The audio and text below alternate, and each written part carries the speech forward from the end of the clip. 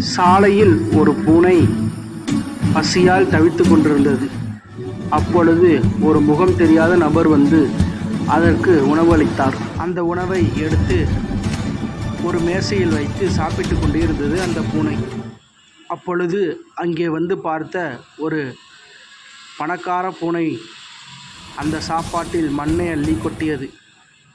அப்பொழுது வருத்தத்தில் அந்த ஏழை பூனை அழுது கொண்டே இருந்தது. சில நாட்கள் கழித்து அது இருந்த இடத்தில் ஒரு மாமரம் வளர்ந்து நின்றது.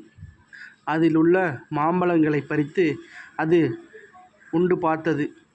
அப்பொழுது அதற்கு ஒரு யோசனை வந்தது. அந்த மாம்பழம் அனைத்தையும் பறித்து மிக்சியில் அரைத்து ஜூஸாக சாலையில் வைத்து விற்கத் தொடங்கியது. அனைவரும் வந்து வாங்கிச் சென்றனர். ஒரு நாள் அது பெரிய பணக்காரராக மாறி எந்த பூனை நம் தட்டில் மண்ணை அள்ளி போட்டதோ அந்த பூனையின் முன்பு நின்று உட்கார்ந்து பிரியாணி சாப்பிட்டது.